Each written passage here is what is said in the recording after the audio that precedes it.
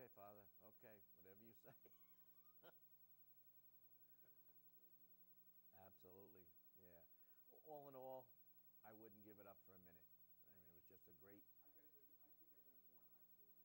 Oh, by far, for me. Ready to roll?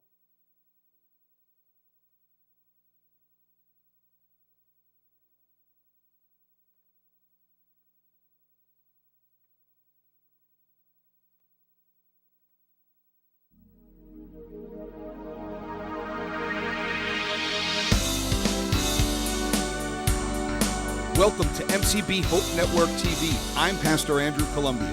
Join us for a weekly program focusing on hope and healing for all who will listen. Why? We love God and we love people, and we care about our community.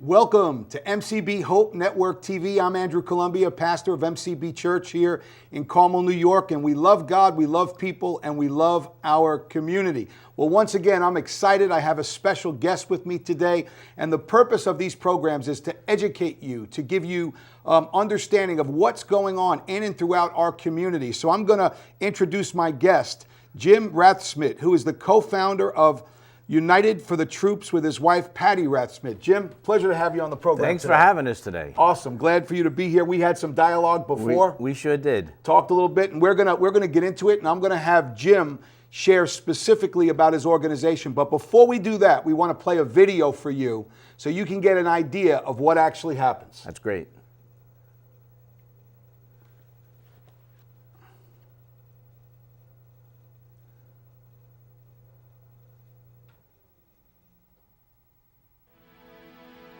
Welcome to the United for the Troops, Operation Defend the Holidays.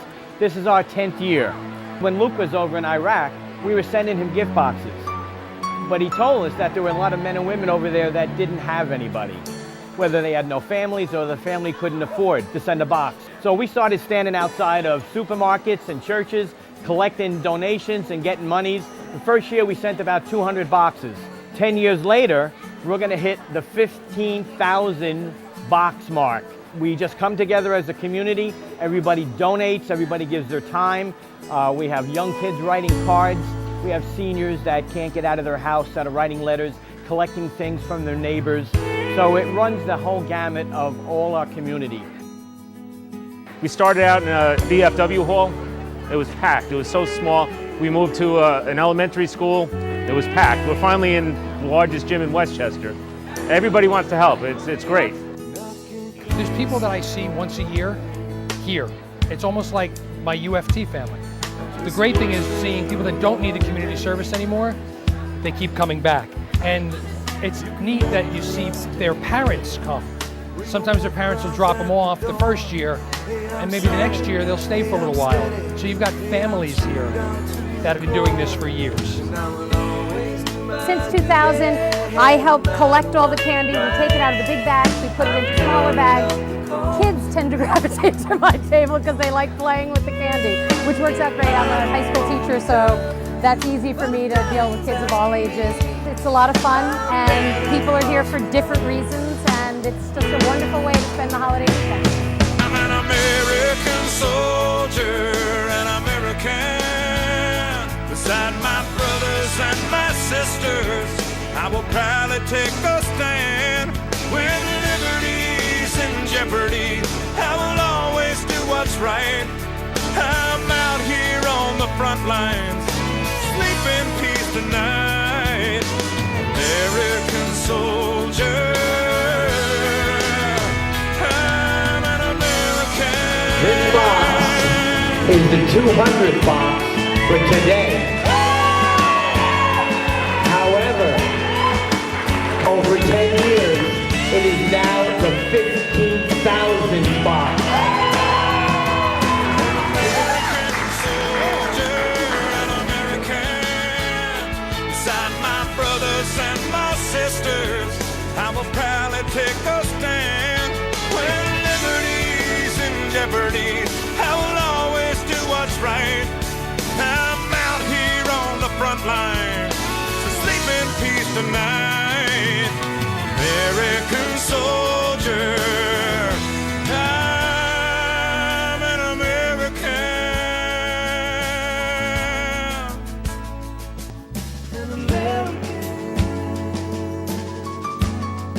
I've gotten to meet soldiers who have come back, and I've gotten to see the letters and the emails.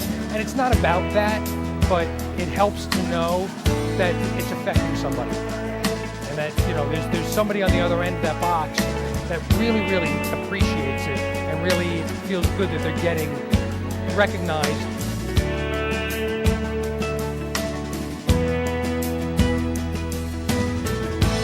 The amount of stuff that fills these bins is incredible. People want to help, and it's lovely to see what they're doing.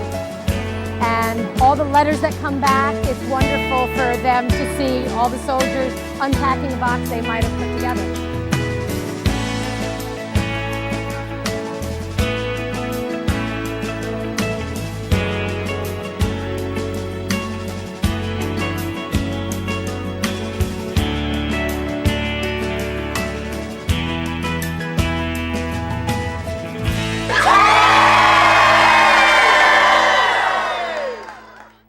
Jim, that's some good stuff right there. Every time I watch it, it's just incredible to see what our community does. You know, Jim, everybody has a story to tell. And your story is a powerful one, because it doesn't just affect your life and your immediate family. You now took your story outside of you. And, you know, I'm a pastor for a church, and one of the things that I teach is to be blessed, you got to be a blessing. It's not just getting things, it's giving. And what I've learned over the years is that the more you give, the more you're blessed. So what I'm going to do is I'm going to turn it over to you, and I'm going to ask you just to share from your heart why you started this organization, what's happening. So go ahead, just share with us. It was real simple. In 2007, our son was deployed to Iraq. Okay. And we were sending him gift boxes like we thought all the other families were. And there were a lot of families, but there were so many men and women. Luke told us so many men and women over there that didn't have anybody, or their families couldn't afford. Some of these boxes cost $70 to fill and then ship. Right. Or they didn't have, like I said, they didn't have anybody. Right. So we started out, just like the video said, in the first year we were able to send over 200 boxes. Awesome. And he shared them with everybody. So you know he was king of the hill for quite a while. I'm sure. And then we kind of, well, let me just back up. All of a sudden when we were doing this, we sort of felt a little guilty, because are we doing this now because our son was involved? But we didn't know this. Right. We just didn't understand it, and we learned quickly about what the need is for that. They're not that the government's not taking it, but they just need a little something, some comforts from home. So after the first year, we almost said, boy, that was really good. And then the phone started ringing. What are you doing? When are you doing it next? What's going on? And it built up, and it built up, and it built up. My mother used to say, whatever you give, you get back tenfold. Good. Never understood it. If I did, you know, it didn't really register. But as you get older, Yes. it starts to really pay off. Right. And we were asked, I'll say that nicely, for my parents to do volunteer work all the time. Okay. I used to volunteer at a bingo hall. I didn't want to be there, but we did it. And then when we had our family, we had our kids volunteer. Okay. Now we have grandkids, and they're teaching their kids to volunteer.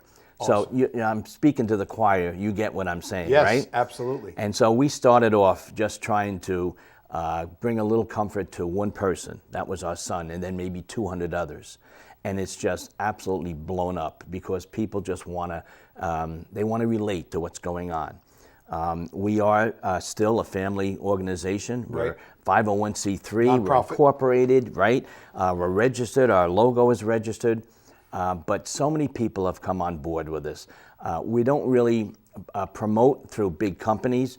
Nothing against them. However, a lot of times they have their own agenda. Sure. But our community has just been absolutely incredible. Excellent. And people ask us, why don't you go national? Well, we do go national. Right. But in a way that's different. Right. We'll get somebody in Pennsylvania and say, this is what we do, this is how we started, this is what works, this is what didn't work for us. Right. How about you put your little touch on it? Excellent. This way we can stay in our tri-state area, in our community, and keep our fingers on the pulse of it.